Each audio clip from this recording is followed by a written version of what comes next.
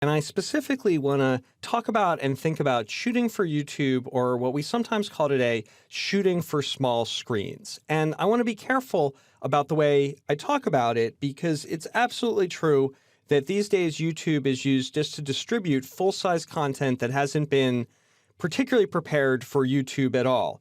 That being said, it's also true that a lot of thought is going into how people watch video on different devices, on a web browser, and particularly on mobile devices. The term of art for that is small screen shooting, and I do want to look at some tips that are particularly valuable if you're shooting for the small screen, including YouTube. One way to think about this heading in is just to understand where you're placing yourself in terms of the context of your shooting. It does matter sort of what your audience is expecting. So if you're shooting as a professional and you know that it's a professional product at the end of the day, that sets the expectations. And especially for a small screen, you do want to be careful about a number of the tips that I'm going to give you on the next slide. If you're a hobbyist, the bar might not be quite as high. It might be the case that you've got different sorts of shots that just work, and you put them on YouTube the way they are, and that's that. Some of these tips may not really apply to you unless or until you're thinking specifically about shooting for the small screen. And finally, a lot of people are crafting themselves as a new media specialist, someone who is really thinking about all the aspects of the media, the social aspects, how it will be embedded, interactive, participatory aspects, in which case, again, I would say that the bar is very high, and also you may very much be thinking specifically about the small screen in your production. Depending on where you're coming from, you might put more or less time into specifically thinking about small screen production. But if it is something that you want to focus on, the following tips would be very helpful. So when shooting for the small screen, always use a tripod. I personally think that using a tripod is a good idea in most cases, but a lot of things that will look acceptable, moving shots and a certain amount of shaky shots that seem to add life to the video, will actually become more deteriorated when compressed for the web, and you may consider not using that moving style and instead using a tripod. Again, this is going to be more true on a true small screen than someone that's just using YouTube to watch a big video. Similarly, plan to not move the camera too much. A lot of big waving shots or pans, tilts, just a lot of movement in the shot becomes more distressed upon compression. So even if you might choose a moving shot, if you're shooting specifically for YouTube, specifically for the small screen, you may consider a more static shot. Don't ignore lighting. No matter what level you're at, no matter what lights you have or what equipment, try to at least pay attention to the light that's going on in the environment. This may mean just raising the shades to get more natural light. It may mean choosing an outdoor location. It may mean choosing an indoor location if the light is too strong. But don't just give lighting a pass because you're using an inexpensive camera or you're shooting for YouTube. Just focusing on it will make a huge difference. The same goes double for audio. If you can use a real microphone, do it. If you can monitor audio with the headphones, absolutely do it. Bad audio is very distracting in any video. If you don't make it a priority, you may wind up with audio that's not really usable. One of the things I really like on a small screen is to use a tight framing like close-up, but a wide-angle lens. We call this sometimes zooming with our feet, because with a wide-angle lens, if you want to get close, you have to physically get close. But the results of these shots can be very nice. You'll have a close-up with someone's face. You also have a nice steady shot that comes with using a wide-angle lens, and the background will appear in your shot. It will actually be somewhat exaggerated by that wide-angle lens. So even though the person's in close-up, you'll still be able to see some details out of the background. This style of shooting is something that I really like, and I think it works particularly well on the small screen. There are no strict rules. Everything I said here is just a rule, and rules are made to be broken. So don't forget to have fun and feel free to experiment. So these are just some tips for shooting for the small screen And shooting when you know that your output is YouTube, some of the technical factors that will come into play will dictate some of your shooting decisions. So when you're in that situation, refer back to these tips and you'll have better YouTube video right out of the box. Like shooting, editing is a huge topic, more than we're going to cover here in one movie. What I do want to do are some tips for editing and post-production specific to YouTube or what I call small screen content. That's content that's going to be compressed for the web and might be watched on a small little window in your browser or on a mobile device. When you're editing for these types of environments, there's certain choices you can make that will help your video look good and clean in its final execution. The first goes for pretty much any project in my book, which is an emphasis on workflow and process. If you're not familiar with the post-production process, terms like rough cut, fine cut, picture lock, compositing, I would go ahead and get some education in that area. There's a lot available right here on the lynda.com online training library. If you use Premiere Pro, there's a course called Documentary Editing with Premiere Pro that gets deep into these processes. When editing specifically for the small screen or YouTube, consider using straight cuts rather than fancy transitions like wipes and irises.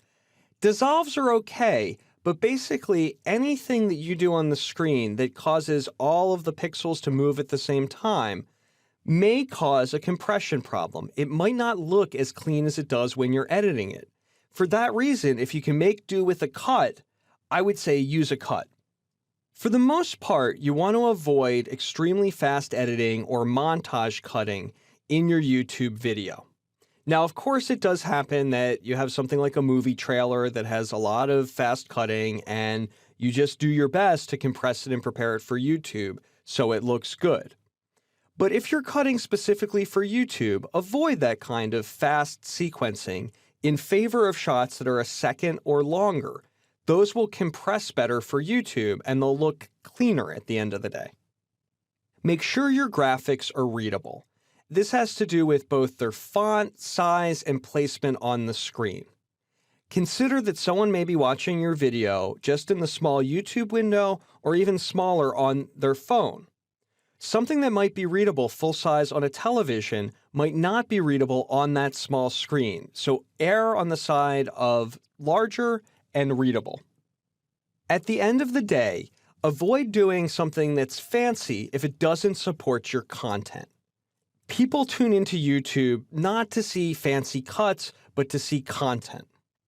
In my process, editing is actually the fun part, but it doesn't pay to be too fancy or try to be tricky about anything.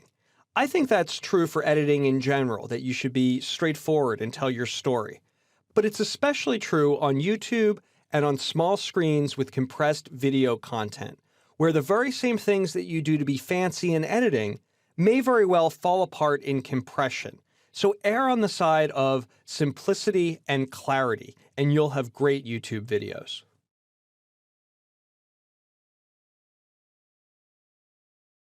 Why are people going to watch your videos on YouTube? Or, more to the point, if someone watches one of your videos, what will make them come back to watch more of your videos? In this movie, I want to offer some specific tips on branding or creating a brand identity on YouTube. There's a lot to be said on this topic, and some of these ideas will filter through some of the other movies in this course, as well as a course on using YouTube for business and marketing. But for starters, I want to start with some ground rules about how to think about branding and identity on YouTube. There's a lot of noise out there on the internet, and the first thing I would encourage you to do is have a point of view in your videos. There are so many YouTube videos out there that if you don't start with a strong point of view and identity of where you're coming from, I think everything else follows from there. And if you don't have it, I'm really not sure where you're going with your videos. So think about this. Where are you coming from? Once you understand your identity, be consistent about it. If you create a video that has pop-up words that come up and inform what you're saying, or a certain type of music or editing, try to stay in that style or evolve that style rather than making your next video totally different. Connect with people on YouTube and online in general. Send your videos out, share them, like other people's videos, comment on other people's videos. Certainly, you can't develop much of a brand on YouTube. It's such an interactive community without making connections. This is incredibly important both on YouTube and on the web in general. If someone likes your stuff, they're going to come back and look for it. If you don't put out anything new for a while, they're going to stop coming back to check, and that's a problem. So be consistent about putting out new material. At the end of the day, YouTube is such a democratic media environment. Be yourself. Let yourself shine. That's the best way to attract the type of people that will really be your online audience. It's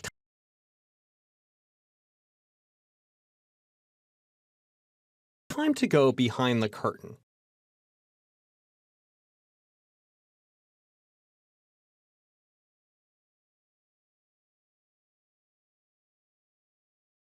And really talk about how this technology works.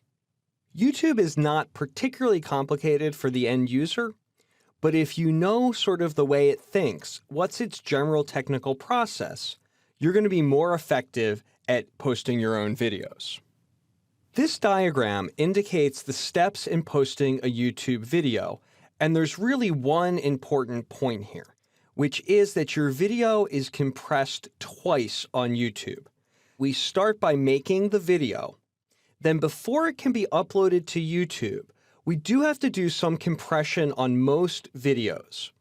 The format of video used for editing, unless the video is very, very short, is going to be too large to upload to YouTube. When we compress a video file for uploading outside of YouTube, we try to actually make a file small enough for the end user and not detract from its quality very much. But when we compress for YouTube, our goals are different. We want to maintain as much of the quality as possible because we know that YouTube is going to do another step of compression before it actually makes it ready for streaming or download. This may seem a little complicated at the moment, but we're going to go through all of the steps that you need to know for how to compress these videos properly. The only thing to remember at this point is that that first round of compression is really about trying to maintain quality and just make the video small enough so that it's possible to upload to YouTube. Then it's YouTube's job to do the main compression, taking the video down to the size that is distributable.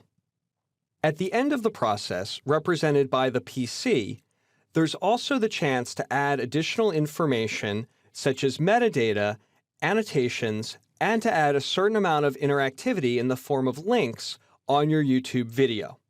So there's a little peek behind the curtain. In my mind, it's important to know sort of the way the software thinks to help you make your decisions later. Don't worry about the compression details. We're going to go over all of that in future movies. For now, it's just good to have this understanding of the process that YouTube uses. MPEG, MOV, AVI. It's what we call formats, and it's really not that bad. Here I am on the help page that lists all of the supported YouTube file formats, and let's define that word right now. A format is a type or a flavor of video. I often also call it a wrapper because there can be different things inside the format. We consider it a container. Each of these, except the last two, are also extensions. So .mov is a QuickTime movie, and .mpeg4 is an MP4 video. And this is a full list of the containers or formats that are supported in YouTube. If your video is not in one of these formats, you need to go through a process of changing it into one of those formats. We're going to do that in detail for many common editing programs in future movies. But this help list is pretty useful to just see what's available. And then we're going to look at making these different types of files from different programs in later movies. All of these letters designate is simply the format or container that the video goes in. You have to match one that YouTube uses, or else it won't accept the video.